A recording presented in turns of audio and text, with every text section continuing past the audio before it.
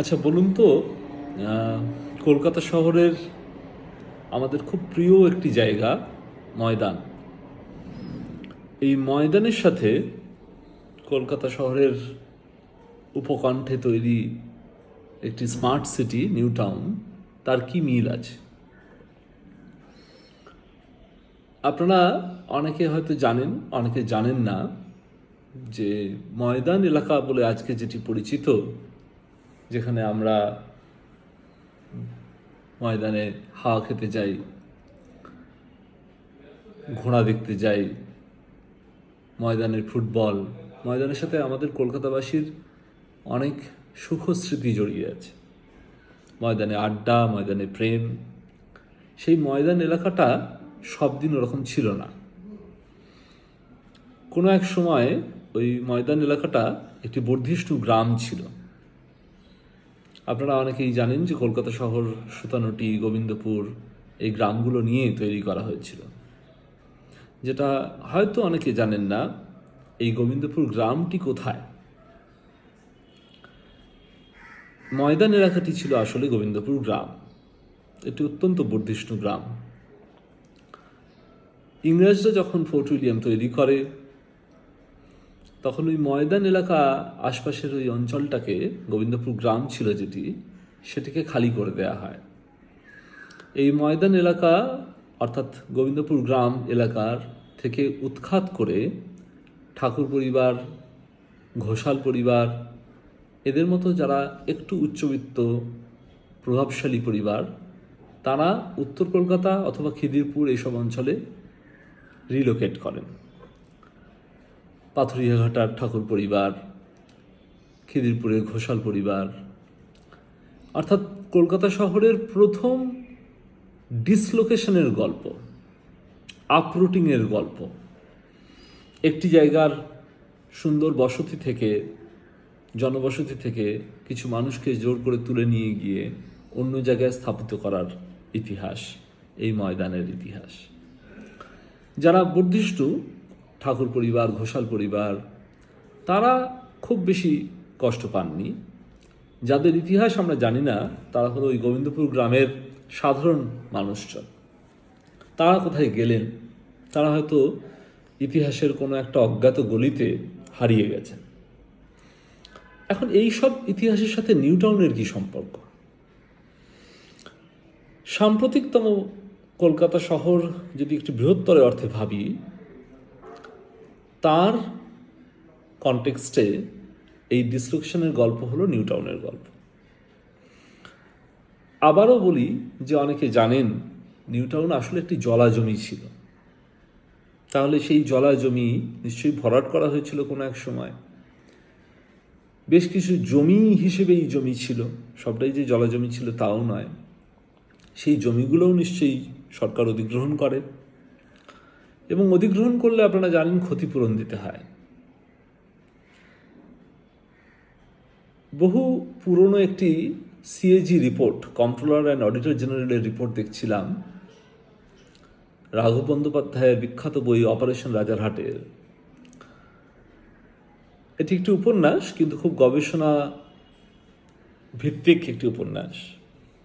তো সেখানে একটি সিএজি রিপোর্টের উল্লেখ পেলাম। সেখানে দেখলাম প্রায় 2% থেকে 41%, এটা হলো রেঞ্জ। এই রেঞ্জে কম করে, মানে 2% কখনো জমির যে দাম হওয়া উচিত বাজার দর, তার থেকে 2% কম দামে, অথবা বাড়তে বাড়তে সেটা কখনো জমির চলতি দামের 41% কম দামে সেই জমি তদানীন্তন বাম সরকার অধিগ্রহণ করে। এবং এই নিয়ে নানা ধরনের হিংসার গল্প জড়িয়ে আছে। আজকে যে নিউ টাউনের অট্টালিকাগুলো আমরা দেখতে পাই, এই যে ঝাঁ চকচকে আরবান একটা সেটেলমেন্ট, তার অতীত ইতিহাস মোটেই গৌরবের নয়। সেখানে পাখি সর্দারের মতো মানুষকে খুন করা হয়েছে, সেখানে বহু অন্যায় অত্যাচার হয়েছে। আপনারা জানেন একটা সময় বেদিক ভিলেজ পুড়িয়ে দেওয়া হয়।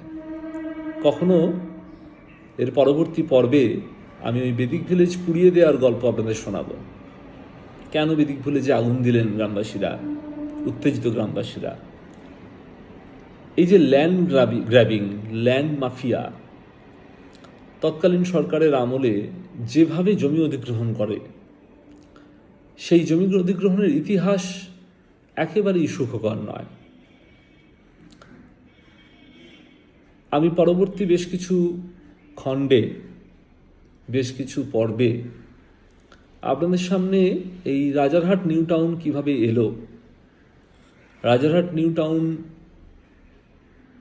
এর সাথে সাথে এক ধরনের পলিটিক্যাল ইকোনমি তৈরি হলো, যে পলিটিক্যাল ইকোনমিতে যারা প্রিভিয়াসলি ডিসলোকেটেড, যাদের জমি অধিগ্রহণ করা হলো, কখনো অল্প দামে, কখনো তারা স্বেচ্ছায় দিলেন কিছু ক্ষেত্রে, কখনো তাদেরকে জোর করে তাদের জমি কেড়ে নেওয়া হলো, খুন করে ভয় দেখিয়ে কেড়ে নেওয়া হলো, নানাভাবে জমিগুলো অধিগ্রহণ করা হয়। ওরকম সিমলেসলি জমি অধিগ্রহণ তো কখনো হতে পারে না। তো সেই যে জমি অধিগ্রহণ করা হলো, কখনো ন্যায্য ক্ষতিপূরণ দিয়ে, কখনো ন্যায্য ক্ষতিপূরণ না দিয়ে, কেউ কেউ উত্তেজিত হয়ে, আমি পড়তে পড়তে দেখলুম রাঘববাবুর বইতে যে জমি দান করেছেন, যে আমার ক্ষতিপূরণ, ওই অল্প ক্ষতিপূরণ তো এটা ন্যায্য নয়। প্রথমত আমি এই জমি হয়তো ছাড়তেই চাই না, দ্বিতীয়ত যে ক্ষতিপূরণ আমাকে দেওয়া হচ্ছে সেটা ন্যায্য নয়, সেটা ঠিক কমেন্সুরেট নয়, তাই আমি জমিটা দিয়েই দিলাম। তো এরকম অনেক মান, অভিমান, কষ্ট, কান্না, হিংসা, বর্বরতার ইতিহাস আছে। নিউ টাউনের ইতিহাস ঘাঁটলে দেখা যাবে। কিন্তু যেটা খুব আমার কাছে মজার, যে 2023 সালে নিউ টাউনের বেশ কিছু বাসিন্দা তারা বলতে শুরু করলেন যে পঞ্চায়েত নির্বাচনে আমরা ভোট দেব না, ভোট বয়কট করা হবে। তার একটা কারণ যে আমরা শহুরে ট্যাক্স দিই, আমাদের যে প্রপার্টি ট্যাক্স, আমাদের যে সমস্ত অন্যান্য ট্যাক্স আছে আরবান এরিয়াতে থাকতে গেলে, সেই ট্যাক্সের পরিমাণ অত্যধিক বেশি। অথচ আমাদেরকে হঠাৎ করে আমরা রিয়েলাইজ করছি যে আমরা নিউ টাউনের বাসিন্দারা আসলে জ্যাংড়া, হাতিয়ারা এই গ্রাম পঞ্চায়েতের অধীনে। তারা হয়তো জানেন না যে আসলে পুরো এলাকাটাই গ্রাম পঞ্চায়েত ছিল, বা হয়তো জানেন, এবং যে গ্রাম পঞ্চায়েতটি ছিল, যে গ্রাম্য এলাকা ছিল, সেই গ্রাম্য এলাকাটিকে এই আজকের নিউ টাউন বানানোর পেছনে একটা সাংঘাতিক হিংস্রতার ইতিহাস জড়িয়ে আছে। আমি সেই ইতিহাস যেমন বললাম, এর পরবর্তী কিছু পর্বে বলবো, কিন্তু আজকে যেটুকু কথা বলার সেটি হলো যে ময়দানের ওই ইতিহাস, ডিসলোকেশনের ইতিহাস, আপরুটিংয়ের ইতিহাস, উচ্ছেদ করার ইতিহাস, আর নিউ টাউনের মানুষদেরকে উচ্ছেদ করা, যারা আগে রাজারহাটের মানুষ ছিলেন তাদের উচ্ছেদ করার ইতিহাসের একটা কন্টিনিউটি আমরা পাই। প্রথমটা নিশ্চয়ই একটি ব্রিটিশ সাম্রাজ্যবাদী শক্তির দ্বারা হয়েছিল, দ্বিতীয়টি একটি স্বাধীন ভারতবর্ষের, স্বাধীন জাতিরাষ্ট্রের অন্তর্গত একটি রাজ্য সরকারের দ্বারা নিয়ন্ত্রিত হয়েছিল। কিন্তু ইতিহাসের যে রকম ফের সেটা প্রায় এক, যদিও তার নানা ধরনের বৈসাদৃশ্য নিশ্চয়ই থাকবে। কিন্তু উচ্ছেদ করার ইতিহাস যদি দেখি, তাহলে প্রাচীনতম এবং সাম্প্রতিকতম এই দুটি ইতিহাসের মধ্যে একটা সাযুজ্য পাই আমরা। আর যেটি গুরুত্বপূর্ণ, আজকে যেটি বলে এই পর্বটি শেষ করব, এই সূচনার পর্বটি শেষ করব, সেটি হলো যে নিউ টাউন চত্বরে এখন যারা টোটো চালক, যারা লোকের বাড়িতে কাজ করেন, পরিচারিকার কাজ করেন, যারা কেয়ারটেকারের কাজ করেন, অনেকে, সকলে নয়, অনেকেই বহিরাগত, অনেকেই বাইরের অন্য গ্রাম অঞ্চল থেকে নিয়ে আসা হয়েছে, কিন্তু অনেকেই সবজি বিক্রি করেন, মাছ বিক্রি করেন, এরকম অনেকেই আছেন যারা বর্তমান সরকারের ইউনিয়ন, বর্তমান সরকারের যে জনপ্রিয়তার রাজনীতি, আমরা ইংরেজিতে যেটাকে বলি পপুলিস্ট রাজনীতি, তার বেনিফিশিয়ারি ক্লাস, তার সুযোগ সুবিধা তারা পান, তাদেরকে সাপোর্ট দেন বর্তমান সরকার নানাভাবে, অন্তত সাপোর্ট দেওয়ার একটা প্রিটেনশন তারা করেন। এই যে মানুষগুলো, এরা কিন্তু আসলে সেই বাম আমলের ডিসলোকেশনের ফসল। অনেকেই, সকলে নয়, কিন্তু অনেকেই সেই রাজারহাট থেকে নিউ টাউন পরিণত হওয়ার যে হিংস্র ইতিহাস, সেই বাম আমলের ডিসলোকেশনের ইতিহাস খানিকটা যেন মার্কসের সেই প্রিমিটিভ অ্যাকুমুলেশনের কথা মনে করিয়ে দিচ্ছে। ওরকম একটা উৎপাটিত করা, মানুষকে তার জমি থেকে সরিয়ে নেয়ার ইতিহাস। সরিয়ে নেওয়ার ফলে তার কাছে আর জীবিকা উপার্জনের অন্য কোনো উপায় রইল না। মাছ চাষ, ধান চাষ, সবজি চাষ, এই যে চাষের যে উপকরণগুলো ছিল তার কাছে, সেটা আর তার রইল না। এখন তার কাছে যেটা আছে সেটি হলো তার শ্রমটাকে নানাভাবে বেচে দেওয়ার ক্ষমতা। তাহলে তাকে হয় শ্রমিক হতে হবে, না হলে আমরা ইকোনমিক্সের ভাষায় যেটিকে বলি আনঅর্গানাইজড সেক্টরে পরিণত হতে হবে। ভারতবর্ষের যে অসংগঠিত অর্থনীতির জায়গাটা আনঅর্গানাইজড সেক্টর, সেই সেক্টরটাতে তারা ঢুকে গেছেন। এরাই হচ্ছেন ওই ডিএলএফের আশপাশে ঝুপড়িতে চা দোকান করে যারা চা বিক্রি করেন, সস্তার ভাতের হোটেল চালান, চপ মুড়ি বিক্রি করেন, ফল বিক্রি করেন ঠেলা গাড়িতে করে। এই যে মানুষগুলো, এরা তো আনঅর্গানাইজ সেক্টর। এই আনঅর্গানাইজ সেক্টরটি আস্তে আস্তে ওই মানুষগুলো যারা আপরুটেড তাদেরকে অ্যাবজর্ব করতে শুরু করে। আমরা যারা মোটামুটি নিউ টাউনের এই ভৌগোলিক এবং সামাজিক পরিস্থিতিটির সাথে পরিচিত, তারা জানি যে ওখানে মানুষের মধ্যেও কিন্তু এক ধরনের শ্রেণীবিদ্বেষ তৈরি হচ্ছে।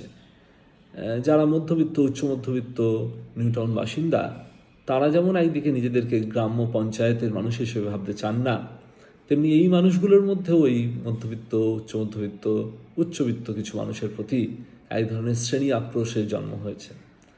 তাদের অনেকের পরিবার ওইখানেই বসবাস করত। আজকে সেই বাড়িগুলোই, সেই বসতি এলাকাতেই তারা কাজের লোকে পরিণত হয়েছে। ফলে তাদের অনেকেই এই ইতিহাস জানেন না, আবার অনেকে জানেন, এবং সেখান থেকে এক ধরনের শ্রেণীশত্রুতা তাদের মধ্যে তৈরি হয়েছে। একই সাথে সেই মানুষগুলো এবং এই মধ্যবিত্ত মানুষগুলো সকলকেই চড়া দামে জিনিসপত্র কিনতে হয় নিউ টাউন অঞ্চলে। ফলে তাদের সকলের মধ্যেই এক ধরনের অসন্তোষ আছে। তাহলে লাভ হলো কার? এই যে ইস্ট ইন্ডিয়া কোম্পানির আমলে এক ধরনের উচ্ছেদের কথা আমি বললাম, সাম্প্রতিকতম রাজ্য ইতিহাসে, কলকাতা শহরের এক্সটেন্ডেড হিস্ট্রিতে নিউ টাউনের যে ইতিহাসের কথা বললাম, এই ইতিহাসগুলোতে, এই গল্পগুলোতে আসলে লাভ কার হলো? যারা নিউ টাউনে উচ্চ মধ্যবিত্ত আমাদের মতো মানুষরা যারা বাড়ি কিনছেন, ফ্ল্যাট কিনছেন, চড়া দামে ফ্ল্যাট কিনছেন, বানাচ্ছেন কোঅপারেটিভ করে, বিপুল টাকা ঋণের বোঝা নিয়ে, তাদের অনেকেই হয়তো অন্যান্য জায়গা থেকে এসেছেন, জেলা শহর থেকে, গ্রাম থেকে, উচ্চপদস্থ অফিসার, সফল ব্যবসায়ী, রিয়েল এস্টেটের ব্যবসা করেন, কেউ অন্যান্য ব্যবসা করেন, কেউ রাজনৈতিক নেতা, তারা অনেকেই তো থাকেন। যে কোনো জনবসতি যেমন নিউ টাউনে সেরকম একটা মিশ্র জনবসতি এই অর্থে। কিন্তু তাদের প্রত্যেকেই এক ধরনের পলিটিক্যাল ইকোনমির অংশ হয়ে পড়েছেন, যেখানে তাদের দৈনন্দিন বেঁচে থাকার মধ্যে আর এই যে তথাকথিত প্রান্তিক মানুষের বেঁচে থাকা, তাদের সাথে যারা মোটামুটি দৈনন্দিন জীবনে ওতপ্রোত জড়িত, এই দুটো শ্রেণীকে যদি আমি ভাবি, এই দুটো শ্রেণীর মধ্যে একটা কনফ্লিক্টের সম্পর্ক তৈরি হয়েছে, একটা রিসেন্টমেন্টের, একটা বিটারনেসের, একটা তিক্ততার সম্পর্ক তৈরি হয়েছে। অনেক ক্ষেত্রেই তারা ভালোভাবে থাকেন, অনেক ক্ষেত্রেই তাদের এক ধরনের এটা একটা পারস্পরিক নির্ভরতার সম্পর্কও বটে, আবার এক ধরনের শত্রুতা, রাগারাগির সম্পর্কও বটে। লাভ যদি কেউ করে থাকে, নেপোয় মারে দই বলে যে কথাটি আছে, সেটি যদি ভাবেন, তাহলে এখানে নেপোর দই মারার ঘটনাতে লাভটা কার? লাভটা হলো যারা বড় স্কেলে রিয়েল এস্টেটের ব্যবসা করেন এই অঞ্চলে। লাভটা হলো বাম বা বর্তমান রাজ্য যারা চালান, এই দুই দলেরই যারা উচ্চ নেতৃত্ব এবং ধনতান্ত্রিক কাঠামোতে যারা উপরের দিকে আছেন, আইটি সেক্টরের কোম্পানিগুলো যারা চালান, রিয়েল এস্টেটের ব্যবসা যারা চালান, ব্যাংক যেভাবে চলে, এই অংশগুলো হচ্ছে আসল লাভের গড়টি খায়। আপনি ওই অঞ্চলে একটি ফ্ল্যাট কিনতে গেলেন, 1 কোটি টাকা দাম, আপনি 80 লক্ষ টাকা লোন নিলেন 20 বছর, 25 বছর, 30 বছরের টার্মে, ব্যাংকে প্রায় দ্বিগুণ বা দ্বিগুণেরও বেশি সুদ দিলেন। আসলের কথা বলছি না, শুধুমাত্র সুদ যেটা দিলেন সেটা প্রায় ওই 1 কোটি টাকা আরও। তাহলে 1 কোটি টাকার ফ্ল্যাট আপনি বেসিক্যালি কিনলেন 2 কোটি টাকা দিয়ে।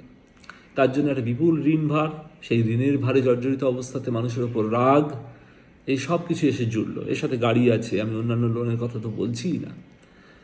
তাহলে মধ্যবিত্ত বা উচ্চ মধ্যবিত্ত তেমন কিছু লাভ হলো না। সে চড়া দামে একটু ভালো থাকার জন্য একটা ভালো বসতি এলাকাতে যেতে চাইলো ঠিকই, চওড়া রাস্তা, অর্গানাইজড বাড়িঘরদোর, পরিষ্কার পরিচ্ছন্ন ব্যবস্থা, আরবান অ্যামেনিটিস সমস্ত আছে, কিন্তু এই পলিটিক্যাল ইকোনমিটা এমন যে সেখানে সেও মার খাচ্ছে, আর যে টোটো চালক, যিনি পরিচারিকার কাজ করছেন, তিনিও মার খাচ্ছেন। লাভের গুড় কিন্তু অন্য লোকে খাচ্ছে।